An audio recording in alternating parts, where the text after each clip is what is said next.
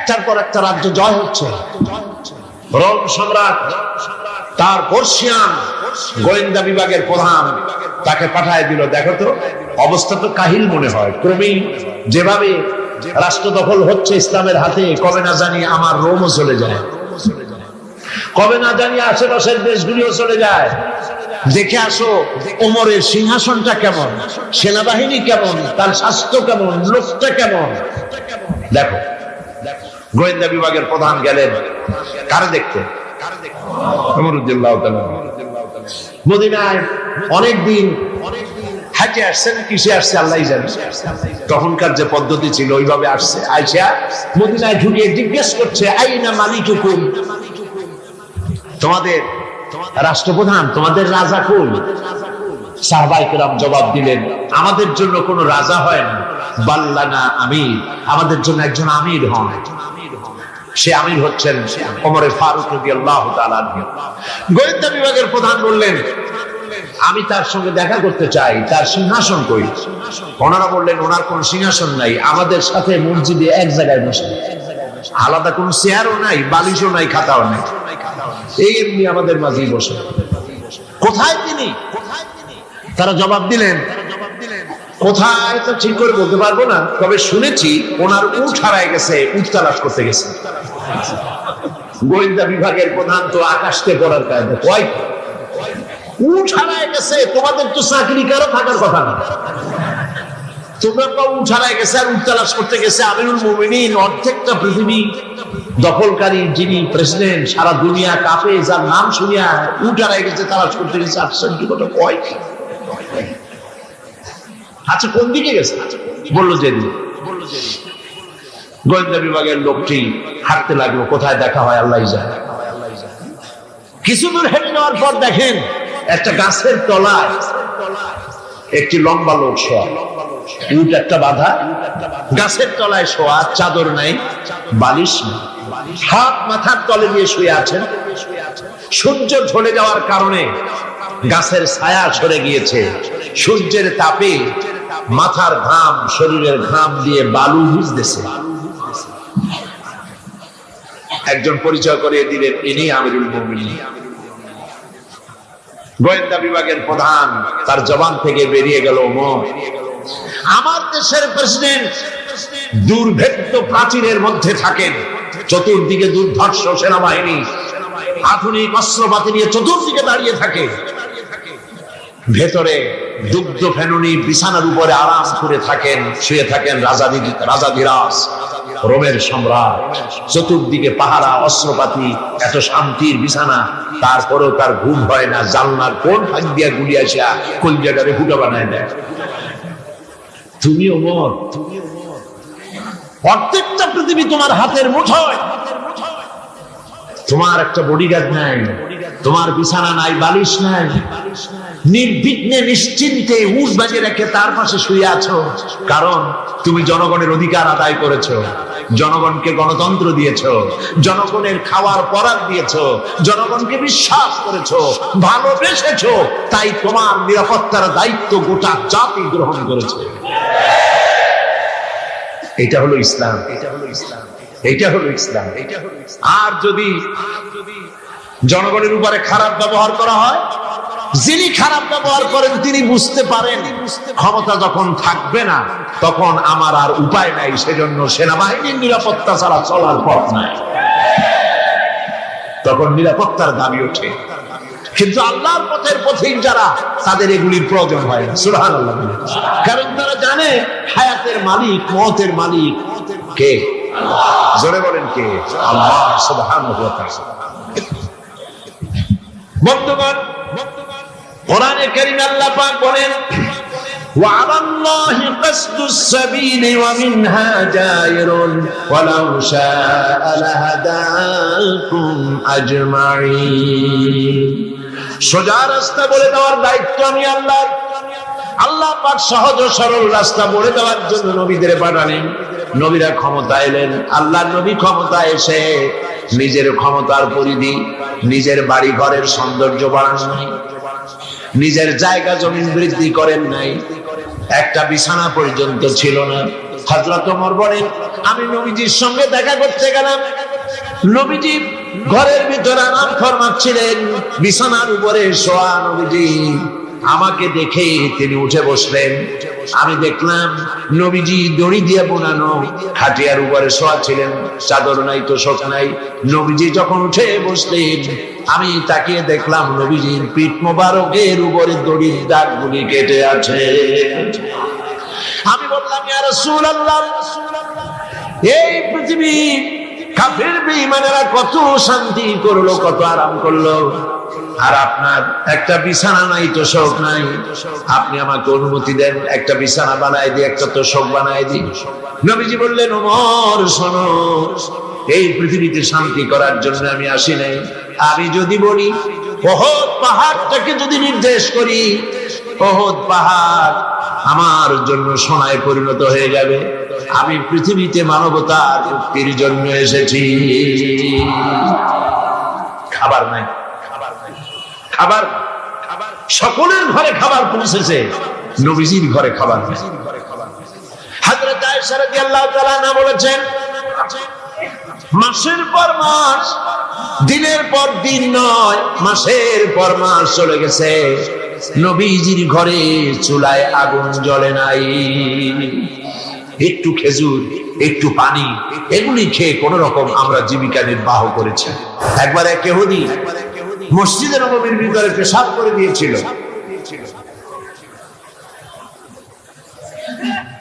সাহাবায়ে কেরাম অসন্তুষ্ট হলেন এবং তাকে শাস্তি দিতে চাইলেন। নবী করিম সাল্লাল্লাহু আলাইহি ওয়াসাল্লাম সাহাবীদের থামায় দিলেন, বললেন তার সবটা কাজ সারতে দাও। যদি মাঝপথে বাধা দেওয়া হয় তাহলে লোকটা অসুস্থ হয়ে পড়তে পারে। যখন কাজ শেষ হয়েছে, পেশাব শেষ হয়ে গিয়েছে, নবী করিম সাল্লাল্লাহু আলাইহি ওয়াসাল্লাম তাকে ডাকলেন এবং বললেন, তুমি যে কাজটি করেছো তুমি জানো এটা কোন কোন জায়গা? সে বলল, না জানি না। নবী করিম সাল্লাল্লাহু আলাইহি ওয়াসাল্লাম বললেন, জায়গাটি হচ্ছে আমাদের ইবাদতের জায়গা। তোমাদের ইবাদতের জায়গায় যদি কেউ এই কামটা করতো তাহলে তোমার কেমন লাগবে?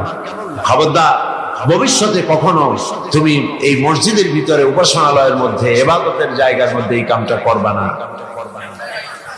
ইহুদি বলল, আমি মনে করেছিলাম আপনি বুঝি বাদশা, রাজা বাদশাদের মতো। আমি যে অপরাধ করেছি এই অপরাধের শাস্তি তো হতে পারত, আপনার হুকুম দেওয়া লাগতো না, চোখের ইশারায় আমার মাথা মাটিতে এক গড়াগড়ি করতো। আপনি তা করেন নাই, উত্তম ব্যবহার দিয়ে আমাকে বুঝাই দিয়েছেন, আমার বুঝতে মোটেও কষ্ট হয় নাই।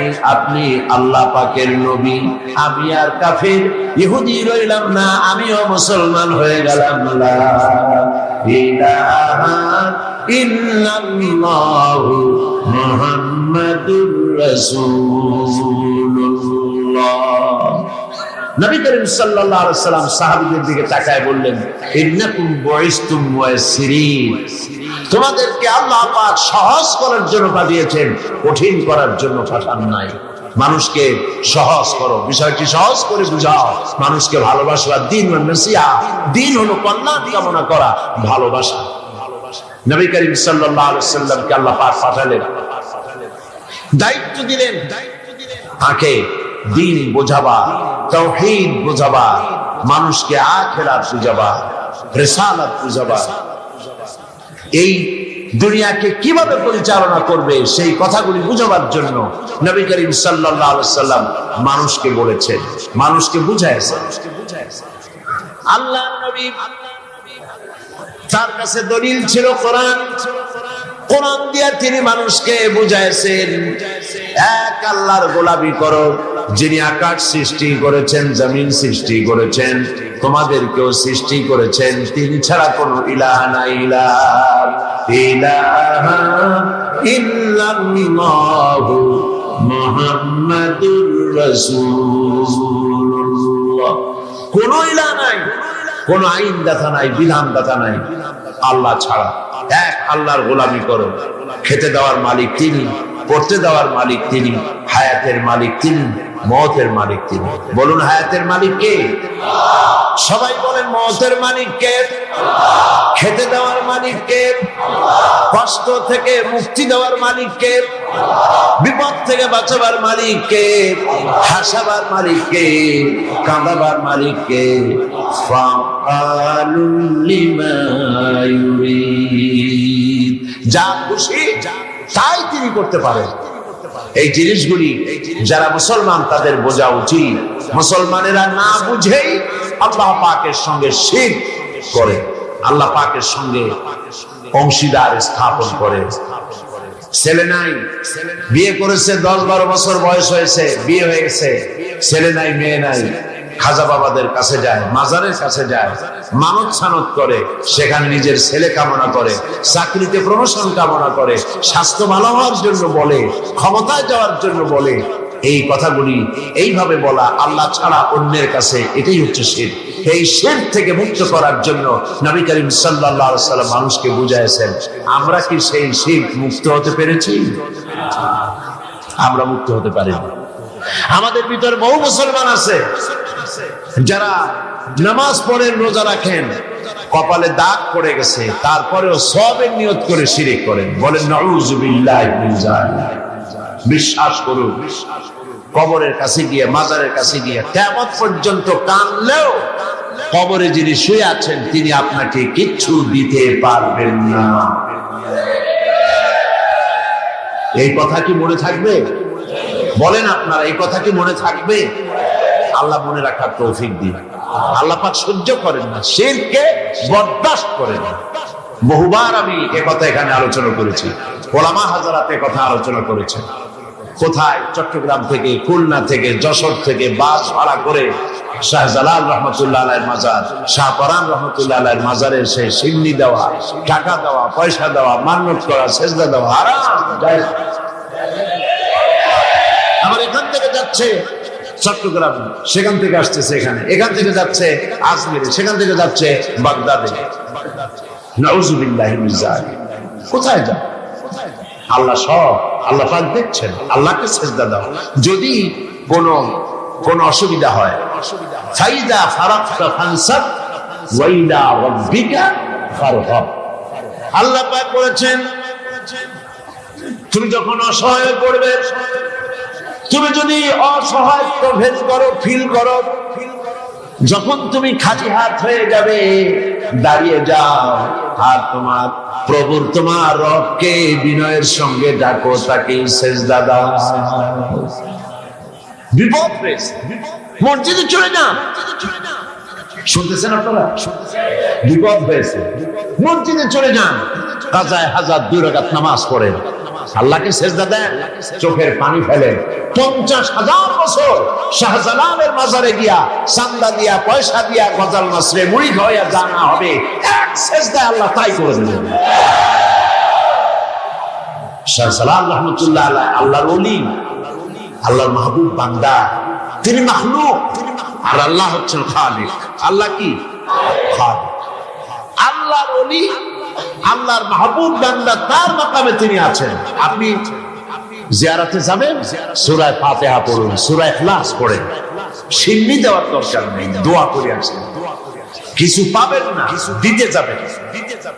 সূরা ফাতিহা পড়ুন, সূরা ইখলাস পড়ুন, দরুদ শরীফ পড়ুন, দোয়া করুন, নিজের জন্য করুন, কিন্তু ওনার কাছে কিছু চাবেন। আপনারা কথা বুঝতেছেন? আল্লাহর কাছে বলেন, আল্লাহ পাক আমার নামাজি বানাও, দিনদার বানাও, আমার ইমানদার বানাও। হযরত শাহজালাল তোমার বান্দা, আমিও তোমার বান্দা। হযরত শাহজালাল যে আমল করে তোমার কুরবাত হাসিল করেছেন, আমাকেও তোমাকে সেইভাবে আমাকে আমল করার তৌফিক দান করে দাও। কতই না ভালো হতো এইরকম দোয়া করলে। এই দোয়াগুলি করেন, একটু চিন্তা করেন। আপনি যাচ্ছেন হযরত খাজা মুঈন চিশতি রহমাতুল্লাহ আলাইহি মাজারে, যাচ্ছেন বাগদাদে। আপনি বাংলা ভাষায় গিয়ে বলতেছেন, খাজা বাবা আমি আসছি, আমার তো ছেলে পেলে নেই, আমার একটা ছেলে পেলে দেব। উনি তো বাংলা জানি, তা আপনার এই কইয়া লাভটা কি? তারপরে উনি ও কবরের মধ্যে আছে, চেতনা আছে না ঘুমায় আছে না, উনি কোথায় আছে আপনি কি তা জানেন? বলেন জানেন? তো খামা খেতে করে লাভটা কি? কমন সেন্সের কমন বাদ দিয়া শুধু সেন্সও যদি থাকে তো তাই দিয়ে চিন্তা করো, লাভটা কোন লাভ নাই। লাভ হচ্ছে আল্লাহকে সিজদা করবে, মানত করবেন আল্লাহ নামে মানত করবেন। এই কথাগুলি নবী করিম সাল্লাল্লাহু আলাইহি ওয়াসাল্লাম বুঝাইছেন। হাতের তৈরি করা এই সমস্ত আসনাম, এগুলির সামনে মাথা নত করে কোনো লাভ নাই। এক আল্লাহর সামনে মাথা নত করো, একটা সিজদা জীবনের জন্য কাফি হয়ে যেতে পারে আল্লাহ পাক যদি খুশি হয়ে যায়। শায়ের খুব সুন্দর করে বলেছেন, পড় গিয়া জিস পর নজর বান্দা কো মৌলা কর দিয়া,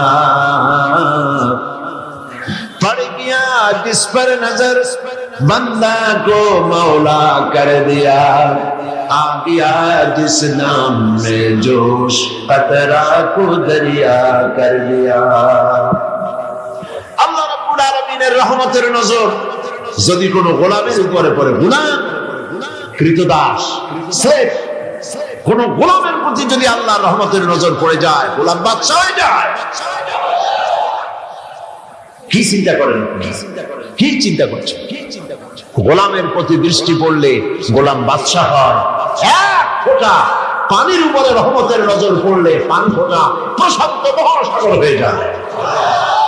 ওয়ারিদওয়ান মিনাল্লাহি আকবার, ওয়ারিদওয়ান আল্লাহ পাকের সন্তুষ্টি, এ কথা বোঝানো হয়নি। ওয়ারিদওয়ানুন সামান্যতম আল্লাহ পাকের সামান্যতম সন্তুষ্টি আকাশ এবং জমিনের চাইতে অনেক অনেক অনেক বেশি। আল্লাহ পাককে খুশি করলো, আর আল্লাহ পাক খুশি হবেন শিরক থেকে বাঁচতে পড়ে। কলিজার মধ্যে এই কথা পাথরের মতো শক্ত করে জমায়ে নেন। কোন পীর সাহেব জীবিত অথবা মৃত কেউ আমার ভাগ্য পরিবর্তন করতে পারবে না। আমার ভালো আমার মন্দ সবটা করতে পারবেন কে? এক আঙ্গুল আকাশের দিকে উঁচু করে বলেন, কে করতে পারবেন? জোরে বলেন, কে পারবেন? আরো জোরে বলেন, কে করতে পারবেন? আল্লাহ আল্লাহ আল্লাহ।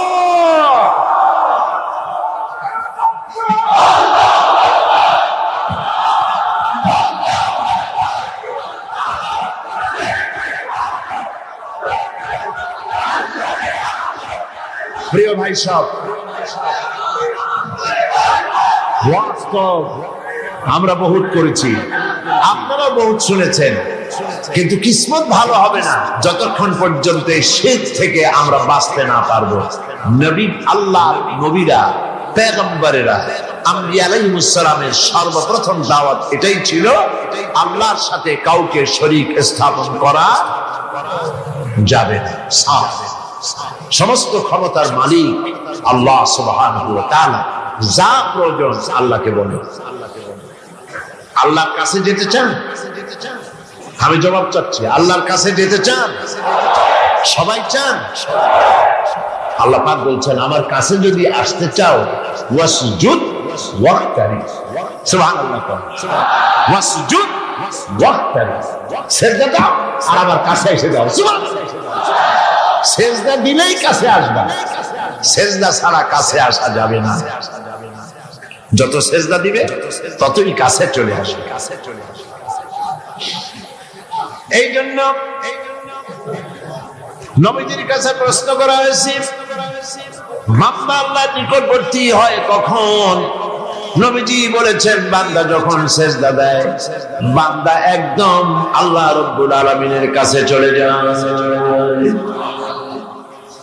সিজদা যখন দিবে চিন্তা করবেন, আল্লাহ পাকের আদম মুবারকের উপরে আমার মাথা রেখে দিলাম। কলিজা ঠান্ডা হয়ে যাবে এরকম একটা সিজদায়, কলিজা ঠান্ডা হয়ে যাবে একটা সিজদায়, মাথা উঠাতে ইচ্ছা করবে না। যদি এই খেয়াল করতে পারেন যে আমার মাথা, আমি আমার আল্লাহ, আমার রব, আকাশ এবং জমিনের মালিক আল্লাহ পাকের পায়ের উপরে আমার মাথাকে ছেড়ে দিলাম। এটি হচ্ছে সিজদার ধরন। শিরক থেকে বাঁচতে হবে, এটাই নবীদের দাওয়াত ছিল। আল্লাহ পাক বলছেন, সোজা রাস্তা বলে দেওয়ার, ও আলাল্লাহি কাসদুস সাবিল, সোজা রাস্তা বলে দেওয়ার দায়িত্ব আমার। এ হলো সেই সোজা রাস্তা, যেই রাস্তায় আল্লাহরে পাওয়া যাবে। নবীজি মক্কা নগরীতে 13টি বছর নবুয়ত পাওয়ার পর 13টি বছর ধরে এই দাওয়াতগুলি দিয়েছিলেন। তাই স্বার্থবাদীরা সহ্য করতে পারে না, এই বলি নবীকে মারধর করেছিল। নবীজি তিনি বলেন নাই এই মক্কার আমি ক্ষমতাধর হব, আমি মক্কার মালিক হব, সোনা চাই, দানা চাই, টাকা চাই, পয়সা চাই, বলেন নাই। তিনি শুধু এই কথাগুলি বলেছেন, এক আল্লাহর গোলামি করো। এই কথাই তারা বরদাস্ত করতে পারে নাই বলেন আবু জাহেল, আবু লাহাব, কাফের বেঈমান গুলি আবু তালিবের কাছে গিয়ে যখন প্রস্তাব করেছিল মুহাম্মদ সাল্লাল্লাহু আলাইহি সাল্লামকে বলেন লা ইলাহা ইল্লাল্লাহ দাওয়াত যেন না দেন, এর বিনিময়ে টাকা পয়সা সোনা দানা যা চাই সব দেব।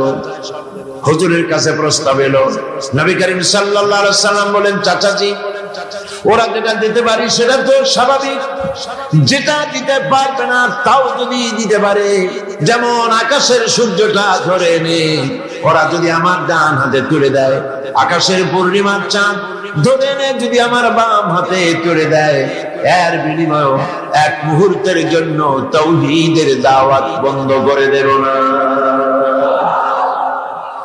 আমি আসছি তো এই কাজ করার জন্য, তাওহীদ প্রতিষ্ঠার জন্য। মানুষের চিন্তা চেতনা সব ঘুরাইয়া আল্লাহর দিকে। কার দিকে?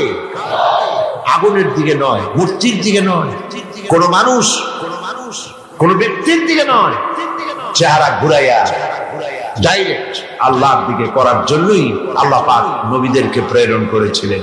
এগুলি ছিল নবীদের দাওয়াত। 13 বছর এই কাজ তিনি করেন। এখন এসেছে আল্লাহ পাকের। গতকাল আমি প্রশ্ন করেছিলাম জমিন কার, মানুষ কার, বাতাস কার, আকাশ কার, কি বলছিলেন? সেই আল্লাহর আইনকে ইমপ্লিমেন্ট করার জন্য একটা রাষ্ট্র শক্তি দরকার। সেই রাষ্ট্র শক্তি, রাষ্ট্রীয় পাওয়ার আমার মতো যোগ্যতা সম্পন্ন, চালাবার মতো যোগ্যতা সম্পন্ন লোক দরকার। আল্লাহ পাক 13 বছর বসে সেই লোক নবী করিম সাল্লাল্লাহু আলাইহি সাল্লামকে দিয়ে তৈরি করালে। আল্লাহর সিস্টেম ভিন্ন, যে যা পারে না আল্লাহ তারে তা দিয়ে তা করানো। ইউসুফ আলাইহিস সালামকে ফট করে যদি আল্লাহ মিশরের প্রেসিডেন্ট বানাই দিতেন, তাহলে রাষ্ট্র তিনি চালাইতে পারা তার পক্ষে কষ্টকর হয়ে যেত। এই জন্য দেখেন আল্লাহর টার্গেট হলো ইউসুফ আলাইহিস সালামকে কি বানাবেন? বুঝেন না কথা? প্রেসিডেন্ট বানাবেন। কোন জায়গায়? মিশরের প্রেসিডেন্ট বানাবেন। এখন রাষ্ট্র চালাবার জন্য যে জ্ঞান দরকার, রাষ্ট্র পরিচালনার জন্য যে অভিজ্ঞতা দরকার, সে অভিজ্ঞতা প্রয়োজন ছিল। 11 ভাই এসে ইউসুফ আলাইহিস সালামকে ফালাই দিল ছোট্টবেলায় কুয়ার মধ্যে। ওরা মনে করেছিল যে কুয়ার মধ্যে ফালাই দিলাম এর মধ্যে মরে যাবে, ভূত হয়ে মরে শেষ হয়ে যাবে। কিন্তু ওরা ঠিক পায় নাই যে এটা একটি টানেল, এটি একটি সুড়ঙ্গ। সুড়ঙ্গের এক মাথা দিয়ে ইউসুফ আলাইহিস সালামকে ফালাইছে 11 ভাই, আর এক প্রান্ত দিয়ে আর এক মাথা দিয়ে আল্লাহ তারে উঠাইয়া মিশরের সিংহাসন পর্যন্ত পৌঁছায় দিলেন। এই রাষ্ট্র ক্ষমতায় যাওয়ার আগ পর্যন্ত রাজ পরিবারে তিনি তাকে রাখা হয়েছে। রাষ্ট্র পরিচালনা কেমনে করে তা তিনি নিজের চোখে দেখেছেন, আর নিজের চরিত্র বলে সব তিনি দখল করেছেন। সুতরাং রাষ্ট্র পরিচালনার জন্য লোক দরকার। হঠাৎ করে কিছু লোক রাষ্ট্র যদি তাদের হাতে দেওয়া যায়, দেশ চালাইতে জানে না, একটা ইউনিয়ন চালাইতে পারে না, একটা থানা চালাইতে পারে না, অভিজ্ঞতা লাগবে তো। আমার নিয়ে যদি আপনারা বলেন যে এত লম্বা লম্বা বক্তৃতা করেন, কোর্টে একটা আসামি খালাস করার জন্য উকিলের মতো আর্গুমেন্ট করেন, আমার তো কান্দা ছাড়া পথ থাকবে, কারণ আমি তো এই বিষয়ে জানি না। ঠিক কিনা বলে?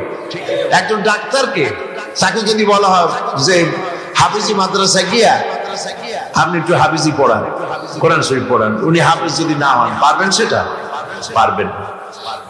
এই জন্য রাষ্ট্র পরিচালনা করার জন্য জমিন আল্লাহর, আইন চলবে আল্লাহ।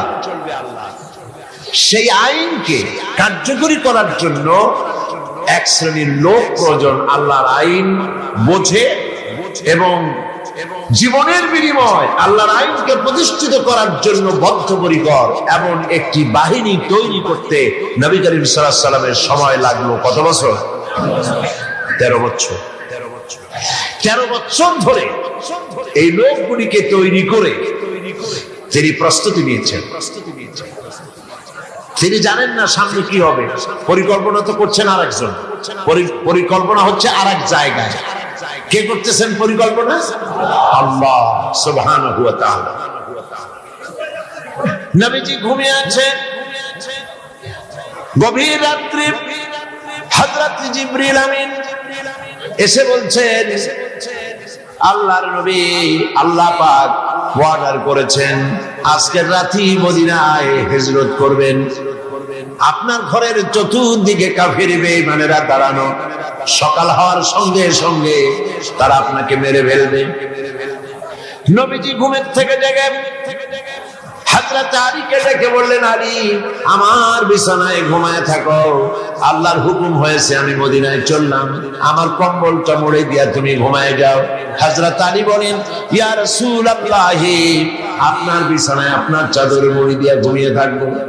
সকালবেলায় কাফির বেঈমানেরা এসে আপনার বিছানার উপরে আপনার চাদর গায়ে অবস্থায় আমাকে মুহাম্মদ সাল্লাল্লাহু আলাইহি ওয়াসাল্লাম মনে করে আমাকে কেটে টুকরা টুকরা করে বিদায় করে দেবে। আমার মনের মধ্যে কোনো দুঃখ হবে না, কষ্ট হবে না, বরং তৃপ্তি এটাই হবে যে আমি আলীর জীবনের বিনিময়ে আল্লাহর নবী বেঁচে আছেন। নবীজি ঘরের থেকে বেরোলেন, চতুর্দিকে কাফের দাঁড়ানো, হাতে এক মুষ্টি বালু নিলেন, বালুগুলো নিক্ষেপ করলেন। কাফের দাঁড়ানো চতুর্দিকে বালু চলে গেল, চতুর্দিকে এদের চোখের মধ্যে গিয়ে ঢুকলো। কাফেররা চোখ জ্বলতে লাগলো। এই ফাঁকে আল্লাহর নবী বেরিয়ে গেলেন। কাফেররা দেখলোই না কে কখন বেরিয়ে কোথায় গেল। মহান আল্লাহ রাব্বুল আলামিন পরবর্তী সময় নবীজিকে এই কথা স্মরণ করিয়ে দিয়ে বলেছেন, ওয়ামা রামাইতা ইয রামাইতা ওয়ালাকিন্নাল্লাহা রামা।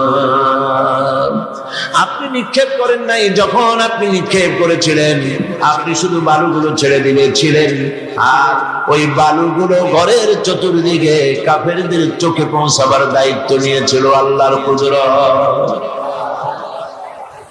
নবীজি বেরিয়ে আসলেন, কাবা শরীফের দিকে বারবার তাকাচ্ছিলেন, আর চোখ থেকে পানি দর দর করে পড়তেছিল। বুখারী শরীফের হাদিসে এসেছে, নবীজি কাঁদতেছিলেন আর বলতেছিলেন, হে কাবা, বড় আশা ছিল তোমার খেদমত করব, তোমার পাশে থাকব, কিন্তু তোমার নিষ্ঠুর সন্তানেরা তোমার পাশে আমারে থাকতে দিল না। নবীজি হযরত আবু বকর রাদিয়াল্লাহু তাআলা আনহুর বাড়ি গিয়ে যখন দরজায় নক করেছেন, আবু বকর বলে দরজা খুলে গেল, লাব্বাইক ওয়া সাদাইকা বলে। হুজুর প্রশ্ন করলেন, আবু বকর এত রাত্রে একটা ডাকেই ঘুম ভেঙে গেল তোমার, তুমি কি ঘুমাও নাই? হযরত আবু বকর বলেন, ইয়া রাসূলুল্লাহ, আপনি আমাকে যখন বলেছিলেন রাতের বেলায় হিজরতের সময় আমাকে সাথে নিয়ে হিজরত করবেন, আমি মনে মনে ভেবেছি কত রাত্রে কখন নবীজি আসবেন, দরজার সামনে দাঁড়ায়া আমারে যদি ডাকাডাকি করেন আর আমি যদি ঘুমায় থাকি নবীর সঙ্গে বেয়াদবি হয়ে যাবে।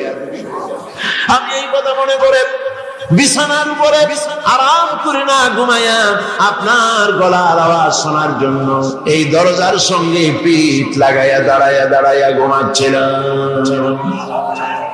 হযরতে আবু বকর রাদিয়াল্লাহু তাআলা আনহুকে সঙ্গে করে নিয়ে নবীজি মিসফালার ভিতর দিয়া মদিনার রাস্তা ছেড়ে উল্টা দিকে গেলেন। মিসফালার ভিতর দিয়া জাবালে কেদোয়ার উপর দিয়া জাবালে সুর গিয়া পৌঁছলেন। ফজরের রক্ত হয়ে গেল, ভেতরে গিয়ে আশ্রয় নিলেন গুহার মধ্যে। কাফেররা সকালবেলা এলো, একজন বলে ভিতরে আছে আর একজন বলে নাই। হযরত আবু বকর বলছেন, ইয়া রাসূলুল্লাহ, ধরা পড়ে গেছি, বাঁচার আর উপায় নাই। আল্লাহর নবী তখন কি বলেছিলেন কোরআন শরীফে আল্লাহ পাক তা শোনায় দিয়েছেন। নবীজি বললেন, إذ قال لصاحبه لا تحزن إن الله معنا আল্লাহ পাক কোরআন শরীফে কথা উঠাই দিলেন إذ قال لصاحبه তিনি তার বন্ধুকে ডেকে বললেন হে আমার সাথী লা তাহজান ভয় পাইও না আমরা মাইনরিটি নই আমরাই মেজরিটি আল্লাহ আমাদের সাথে আছেন সুবহানাল্লাহ কিসের ভয় সারা দুনিয়া যদি একদিকে চলে যায় আর ইমানদার মুসলমানেরা যদি একদিকে থাকে কাফেরদের হাজার চক্রান্ত লাখ চক্রান্ত কোনো কাজে আসবে না আল্লাহ যদি সাথে থাকে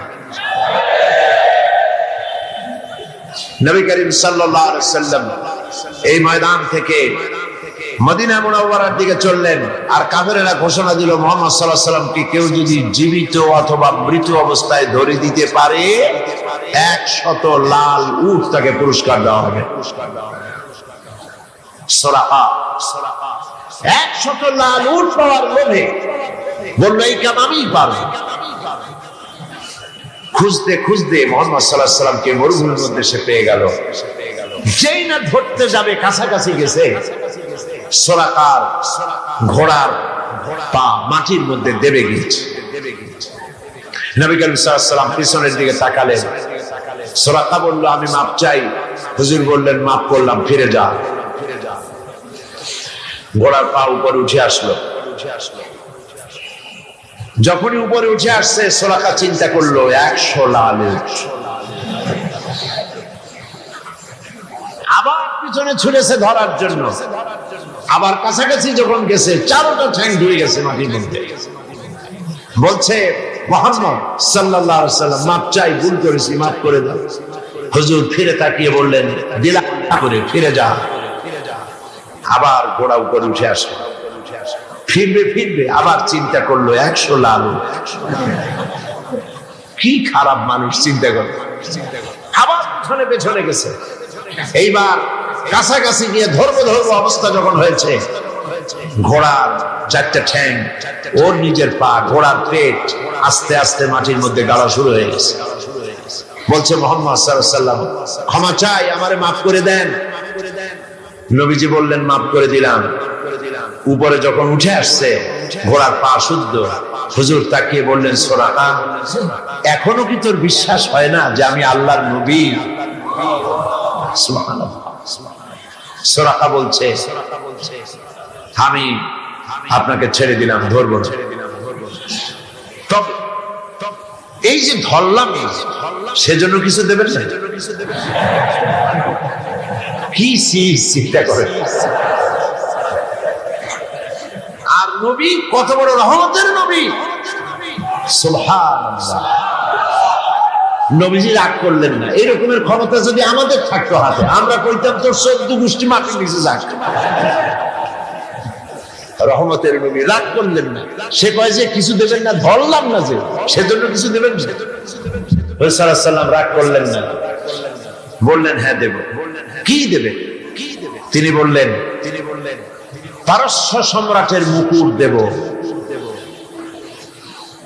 সরাকা মনে মনে খুব অসন্তুষ্ট হলো মুখ দিয়ে কিছু কইল না মনে মনে অসন্তুষ্ট হইল রাতের বেলায় লোক নাই জন নাই একজন মানুষ নিয়ে আপনি আত্মগোপন করে মদিনায় যাচ্ছেন পারস্য সম্রাটের মাথার মুকুট আমারে দেবেন কিছু দেবেন না তাই কর এটা কি স্বাভাবিক কথা তখনকার যুগের সুপার পাওয়ার এখন যদি এই মঞ্চে দাঁড়ায় কেউ বলে যে আপনি আমার এই কথা যদি শোনেন তাহলে হোয়াইট হাউসের চাবি আপনারে আমি দিয়ে দেবো ওইখানে আপনি ঘুমাবেন কি তাহলে ওই লোকটার মস্তিষ্ক সম্পর্কে আপনারা সকলে চিন্তা করবেন বেচারাকে তাড়াতাড়ি হেমায়েতপুর পাবনায় পাঠায় দেওয়া দরকার ঠিক কিনা কেউ চিন্তা করেছে যেটা কেমন কথা পারস্য সম্রাটের মাথার মুকুট আমার দিকে একটা কথা হইল তিনি চলে গেলেন মুখ মলিন করে চলে গেলেন নবী করিম সাল্লাল্লাহু আলাইহি ওয়াসাল্লাম মদিনায় এলেন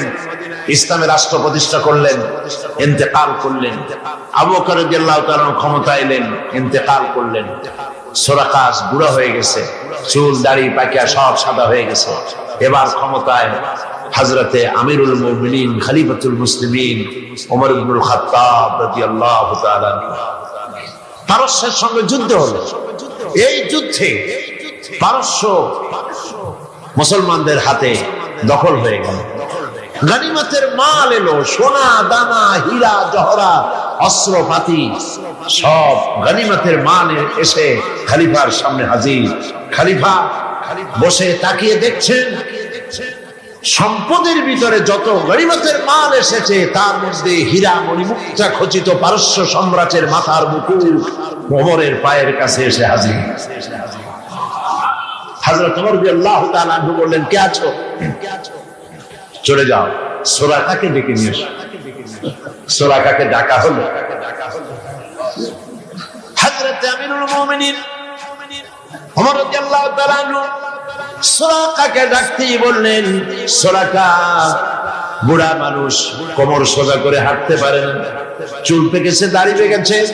বুড়া সুরাকা হযরত ওমরের সামনে যখন দাঁড়ায় গেছেন, ওমর রাদিয়াল্লাহু তাআলা আনহু পারস্য সম্রাটের মাথার মুকুটটা নিয়ে সুরাকার মাথার উপরে পরায় দিয়া বললেন, সুরাকা আল্লাহর নবীর ওয়াদা কোনোদিন মিথ্যা হয় না।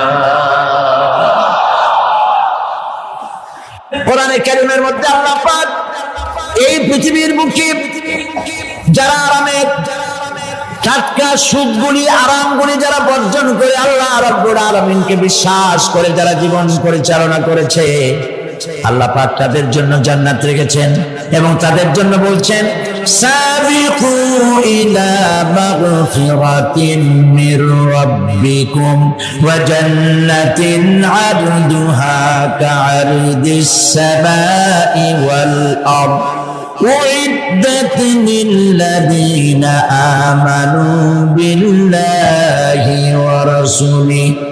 আল্লাহ পাক বলেন, প্রতিযোগিতা করো আল্লাহর মাগফিরাত কামনার জন্য আর জান্নাতে যাওয়ার জন্য প্রতিযোগিতা করো, আল্লাহর রহমত পাওয়ার জন্য সৎ কাজের প্রতিযোগিতা করো, তাহলে আল্লাহ রাব্বুল আলামিন তোমাদেরকে ক্ষমা করবেন আর তোমাদের জন্য এমন জান্নাত দিবেন যেই জান্নাত আকাশের বিশালতার জমিনের বিশালতার মতো।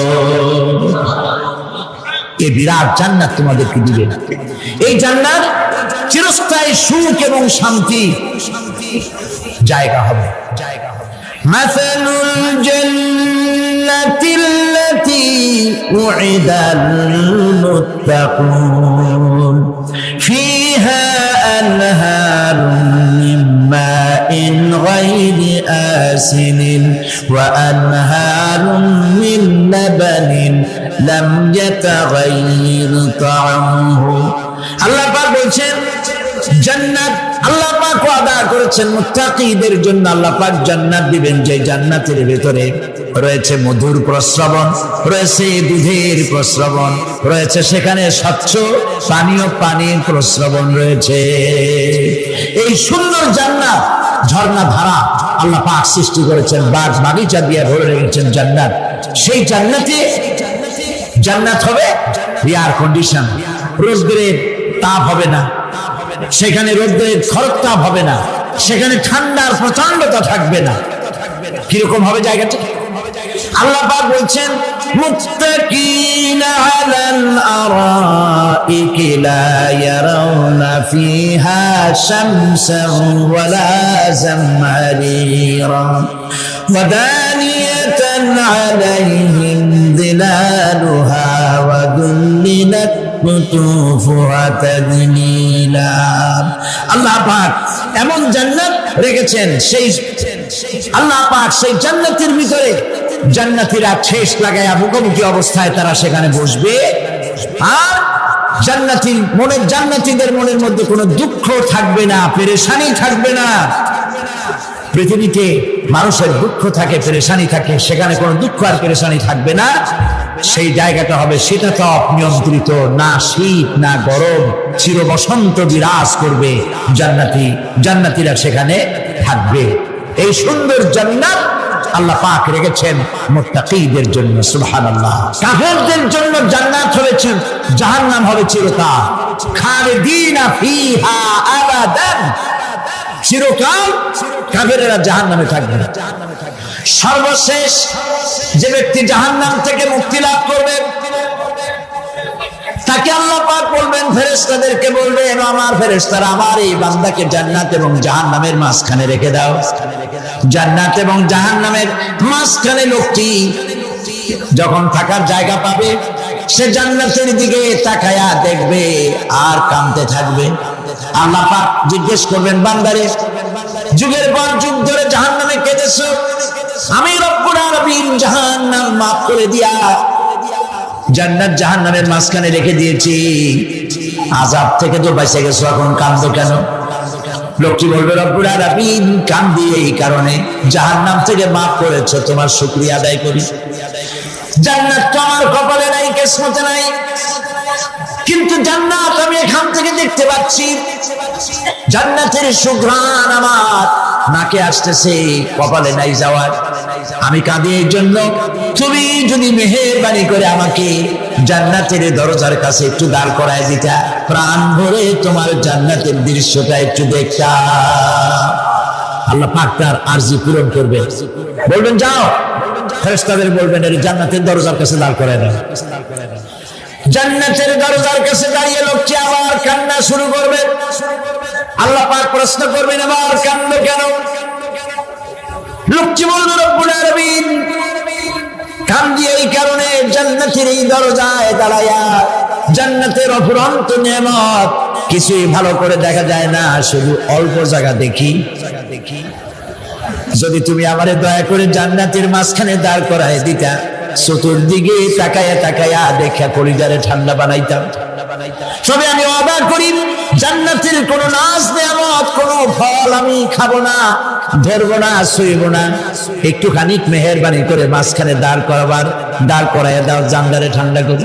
আল্লাহ রব্বুল আলামিন ফেরেশতাদের বলবেন, আমার এই বান্দারে জান্নাতের মাঝখানে দাঁড় করাইয়া দে। আল্লাহর নবী বলেন, জান্নাতের মাঝখানে দাঁড়িয়ে লোকটি আগের চাইতে আরো জোরে চিৎকার মেরে কাঁদতে থাকবে। আল্লাহ পাক বলবেন, বান্দারে কি হলো তোর? দরজার কাছে আসতে চাইছি, আইনা দিলাম। আবার এবার মাঝখানে আসতে চাইছো, তাও এনে দিয়েছি, আবার কান্দো কেন? লোকটি বলবে, রব্বুল আলামিন এবার কান্দি এই জন্যে, তুমি যখন দয়া করে একটিবার জান্নাতের মাঝখানে এনে আমাকে দাঁড় করায় দিয়েছো, তুমি রহমান রহিম গফুরুর রহিম, এই জান্নাত থেকে আবার আর বাইর করে দিও না। আল্লাহ রাব্বুল আলামিন বলবেন, ও আমার বান্দারে, আমার এই জান্নাত তোর খুব পছন্দ হয়েছে নাকি? লোকটি বলবে, রব্বুল আলামিন কলিজা ঠান্ডা হয়ে গেছে, ভাবতেও পারি নাই জান্নাত এত সুন্দর। আল্লাহ পাক বলবেন, বান্দারে এরকম একটি নয়, দুইটা নয়, তোর জন্য আমি 10টা জান্নাতে এরকম রিজার্ভ করে রাখছি। সুবহানাল্লাহ।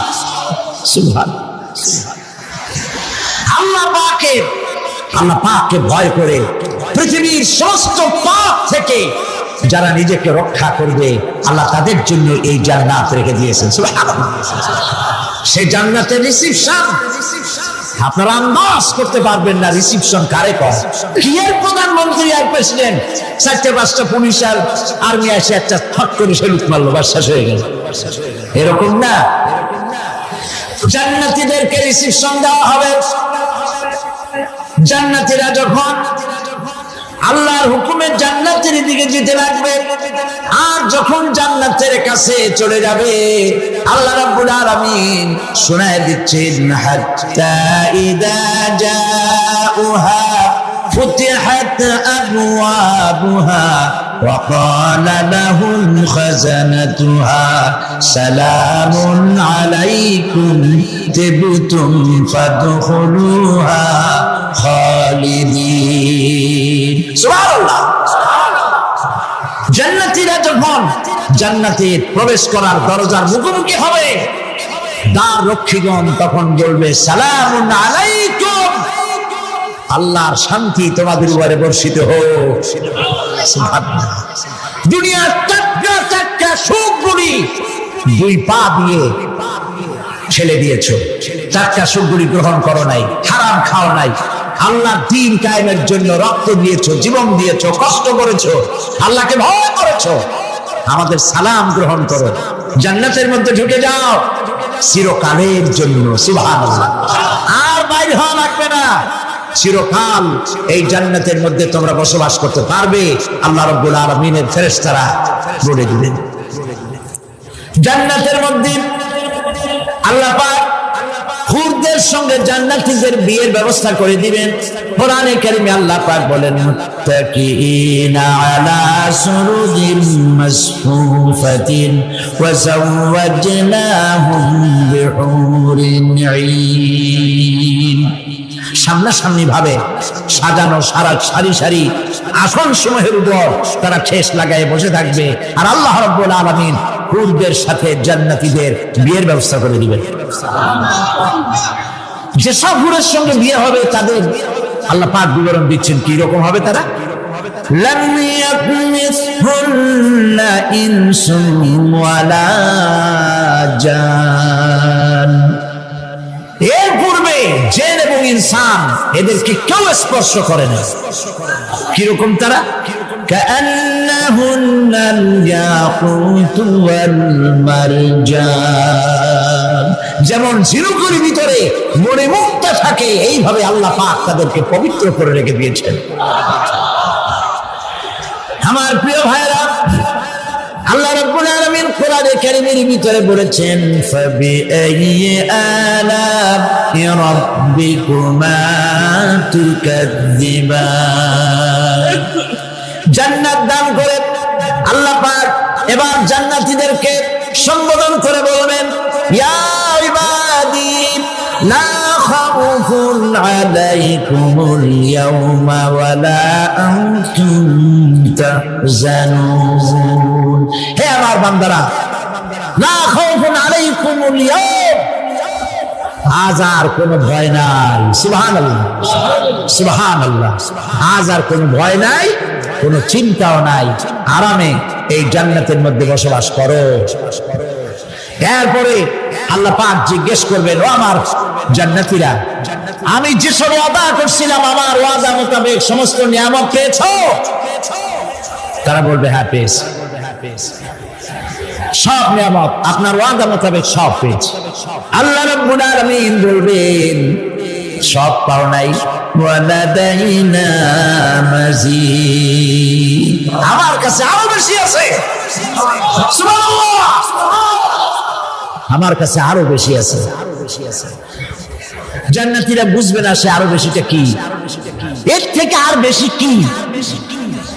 প্রিয় ভাই সব, নবী করিম সাল্লাল্লাহু আলাইহি সাল্লাম বলেছেন, জান্নাতের সুখ আর শান্তি কোন চোখ নাই যা দেখেছে, যা কোন অন্তঃকরণ নাই যা কল্পনা করতে পেরেছে।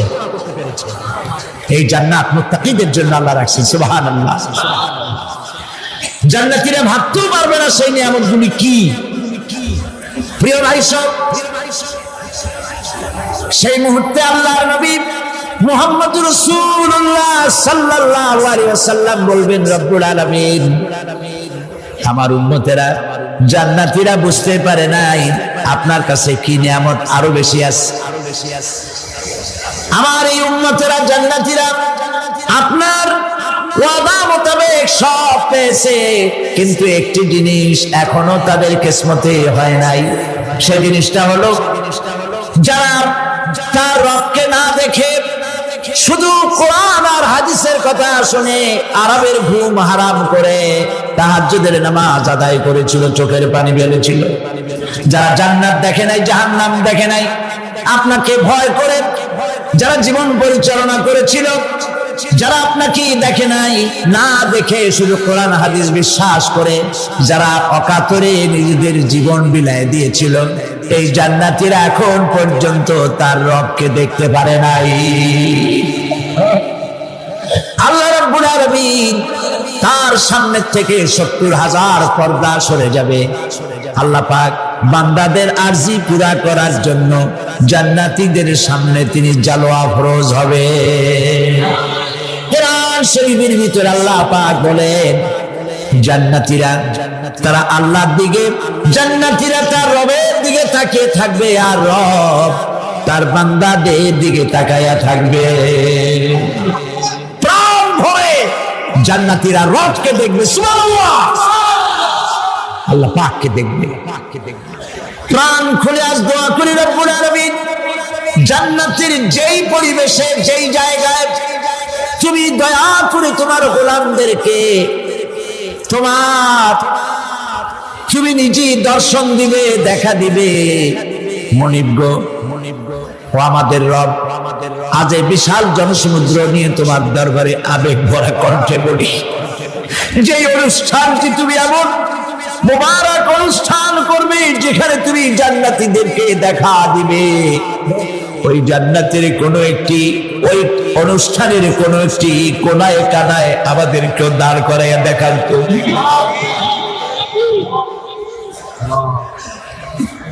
প্রিয় ভাই সাহেব, আল্লাহ রাব্বুল আলামিন মানুষের সামনে এত সব নিয়ামত রেখেছেন, এই জান্নাত দান করবেন। এরপরে আল্লাহ রাব্বুল আলামিন কোরআনে কারীমের মধ্যে বলেছেন, রব্বিস সামাওয়াতি ওয়াল আরদি ওয়া মা বাইনাহুমার রাহমানি লা ইয়ামলিকুনা মিনহু খিতাবা। এসব পুরস্কার রয়েছে তোমাদের সেই রবের পক্ষ থেকে যিনি আকাশ আর জমিনের মালিক। সুবহানাল্লাহ বলবেন না? যার সামনে কথা বলার ক্ষমতা কারো হবে না। এটি একটি মারাত্মক কথা। কিয়ামতের দিন আল্লাহর দরবারে কেউ কথা বলতে পারবে না আল্লাহর নির্দেশ ছাড়া।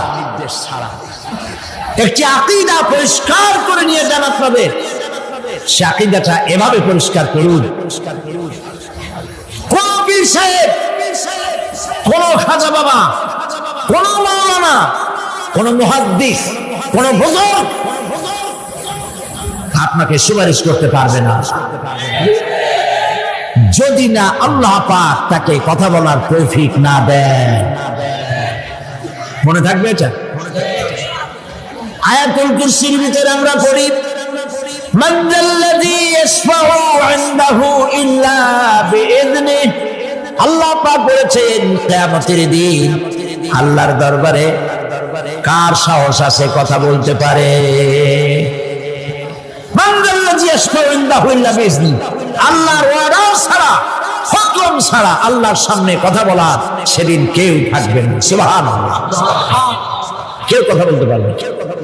সুপারিশ করতে হবে, আল্লাহ যারে বলেন তুমি করো, অমুকের জন্য করো, সেই ব্যক্তি শুধু তার জন্যই করতে পারবে, আর কেউ কথা বলতে পারবে না।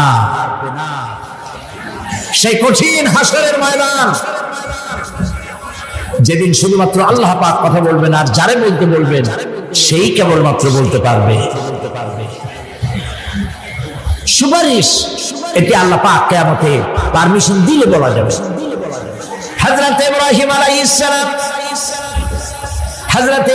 আলাইহিস সালাম কিয়ামতের দিন তার নিজের পিতা সম্পর্কে সুপারিশ করবেন। রব্বুল আলামিন, আমার আব্বার জন্য সুপারিশ করতেছি, মেহেরবানি করে জাহান্নাম থেকে তারে আপনি রক্ষা করুন।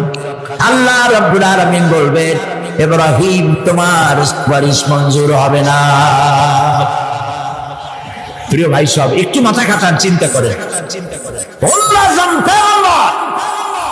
জাতির পিতা কে? জাতির পিতা চিল্লায় বলুন, কলিজা সাফ করে ফেলুন।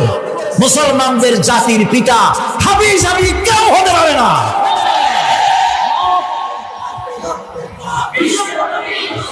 মিল্লাতা আবিকুম ইব্রাহিম। ইব্রাহিম আলাইহিস সালাম এই মিল্লাতের পিতা। সুবহানাল্লাহ। হযরত ইব্রাহিম আলাইহিস সালাম কিয়ামতের দিন বলবেন, আল্লাহ আমার আব্বার জন্য সুপারিশ করছি। আল্লাহ পাক বলবেন মঞ্জুর হবে না। আসর তোমার পিতা হতে পারে, কিন্তু আমার খলিলকে আগুনে ফেলার জন্য নমরুদকে সে সহযোগিতা করেছে, আমি তোমার পিতাকে ক্ষমা করব না। নবী করিম সাল্লাল্লাহু আলাইহি সাল্লামকে সাহাবায়ে কেরাম জিজ্ঞেস করেছেন, হে রাসূল, আপনার আব্বা এবং আম্মার অবস্থা কি হবে? নবী করিম সাল্লাল্লাহু আলাইহি সাল্লাম কেঁদে ফেলেছেন, সাফ করেছেন, আমি তাদের কোনো উপকারে আসবো না। আল্লাহু আকবার। আপনি মনে করছেন নাকি যে ইয়া নবী সালাম আলাইকা বলি অমনি নবী সুপারিশ পাবেন? এত সহজ। কতগুলো রসগোল্লা খাইলেন আর বড় একটা মিছিল করলেন আর অমনি চলে যাবেন? পৃথিবীর সব মানুষ সাহাবায়ে কেরাম বাদ দেন, পৃথিবীর সমস্ত মানুষ একত্রিত হয়ে আবু তালেব রাসূলুল্লাহকে যে ভালোবেসেছেন, ওর 1000 ভাগের 1 ভাগও সারা দুনিয়ার মানুষ রাসূলুল্লাহকে ভালোবাসতে পারবে? পারবে? নিজের ছেলে আলীকে, আলী রাদিয়াল্লাহু তাআলা আনহুকে আলাদা বিছানায় শোয়াইয়া, ছোট্ট মানুষ হযরত আলী আলাদা জায়গায় রাখিয়া মুহাম্মদ রাসূলুল্লাহ সাল্লাল্লাহু আলাইহি ওয়াসাল্লাম এতিম মানুষ তারে কলিজার সাথে বুকের মধ্যে আশ্রয় দিয়ে আগলে রেখেছেন বুক করে। সেই আবু তালেব মৃত্যুর সময় নবী করিম সাল্লাল্লাহু আলাইহি ওয়াসাল্লাম বলেছিলেন, চাচা একটি বার আমার কানে তাওহীদের কালেমা শোনায় দেন। আবু তালেব তার কিসমতে ছিল না কালেমা। মরে যাওয়ার পর একজন সাহাবী বলেছিলেন, ইয়া রাসূলুল্লাহ, মৃত্যুর সময় আবু তালেবের মুখ আমি নড়তে দেখেছি, তিনি কালেমা পড়েছেন সম্ভবত। রাসূলুল্লাহ সাহেব বলেছেন, আমি শুনি নাই। এত ভালোবাসার পরেও হাদিস শরীফে এসেছে আবু তালেব জাহান্নামে যাবে। কোথায় যাবে? জাহান্নামে। সবচাইতে কম আযাব হবে কার? আবু তালেবের। কম আযাবটা কি? হাদিস শরীফে এসেছে কম আযাব হলো জাহান্নামের আগুন দিয়ে এক জোড়া জুতা তৈরি করে আবু তালেবের পায়ে পরিয়ে দেওয়া হবে। সেই জাহান্নামের আগুনের তৈরি করা জুতার তাপে আবু তালেবের মাথার ঘিলুগুলো টকবক করে বয়ে পড়তে লাগবে। এত ভালোবেসে যদি কিয়ামতের উপায় না হয়, আপনি ইয়া নবী সালাম আলাইকা, ইয়া রাসূল সালাম আলাইকা আর কতগুলো জিলাপি খাইলেন, বড় একটা মিছিল করলেন। প্রিয় ভাই সব, এইসব বেদাত ছাড়ুন, এগুলি সুস্পষ্ট বিদাত। রাসূলুল্লাহকে ভালোবাসবেন, সাহাবীরা যেভাবে ভালোবেসেছেন ওইভাবে ভালোবাসবেন। আল্লাহ রাব্বুল আলামিন বলেন, যালিকাল ইয়াউমুল হক ফামান শাআ আত্তাখাযা ইলা রাব্বিহি মাআবা। এই দিনটি অবশ্যই আসবে, সেদিনটি নিশ্চিতভাবে আসবে। আর এখন যার ইচ্ছা সে তার রবের দিকে অগ্রসর হোক। ইন্না আনজারনাকুম আযাবান করিবান ইয়াওমা ইয়ানজুরুল মার'উ মা কদ্দামাত ইয়াদাহু ওয়া ইয়াকুলুল কাফিরু ইয়া লাইতানি কুনতু তুরাবা। ইন্না আনজারনাকুম আযাবান কারীবা, খুব নিকটবর্তী একটি আযাব সম্পর্কে আমি তোমাদেরকে সতর্ক করে দিলাম। কে বলতেছেন? আল্লাহ পাক। লক্ষ্য করুন আল্লাহ কি বলছেন, খুব নিকটবর্তী একটি কঠিন শাস্তি আযাব অর্থাৎ কিয়ামত, এ সম্পর্কে আমি তোমাদেরকে সতর্ক করে দিলাম। ইয়াওমা ইয়ানজুরুল মার'উ মা কদ্দামাত ইয়াদা, সেদিন প্রত্যেকটি লোক যা সে পাঠিয়ে দিয়েছিল এখানে, অর্থাৎ যা করেছিল সেগুলি সে দেখতে পাবে। আর তখন ওয়ায়াকুলুল কাফিরু ইয়া লাইতানি কুনতু তুরাবা। সেই কিয়ামতের ময়দানে অবস্থা দেখে কাফেররা বলবে, আহারে মানুষ না হইয়া যদি মাটি হইয়া যেতাম, যদি মাটি হতাম, যদি মানুষ না হয়ে না জন্মতাম, আজ এই হাসরের ময়দানে এইখানে এই বিচারের মুখোমুখি হতাম না, মাটি হইলে বরং অনেক ভালো হতো। এই পৃথিবীতে আমরা এসেছি, চলে যাব, যাওয়ার আগে এই কোরআন একটি বিশাল জনগোষ্ঠী এমন বানাতে চেয়েছে যে জনগোষ্ঠী এই কোরআন দিয়ে একটি বিশাল সমাজ গড়বে, রাষ্ট্র গড়বে, এমন রাষ্ট্র গড়বে যেই রাষ্ট্রে দুঃখ থাকবে না, অশান্তি থাকবে না, যেখানে সুখ থাকবে, সমৃদ্ধি থাকবে, আর কিয়ামতের দিন আল্লাহর জান্নাতে তারা চলে যাবে। তেমন একটি সমাজকে আমরা চাই। সবাই বলেন সেরকম একটি সমাজকে আমরা চাই। প্রিয় ভাই সব, কিয়ামতের দিন আমরা যেতে চাই জান্নাতে। কোথায় যেতে চাই বলেন? জোরে বলেন। এই জান্নাতে যাওয়ার জন্য দুইটা কাজ করতে হবে। কয়টা কাজ? আল্লাহ রাব্বুল আলামিন বলেন, ফামান কানা ইয়ারজু লিকাআ রাব্বিহি ফালইআমাল আমালান সালিহান ওয়া লা ইউশরিক বিইবাদাতি রাব্বিহি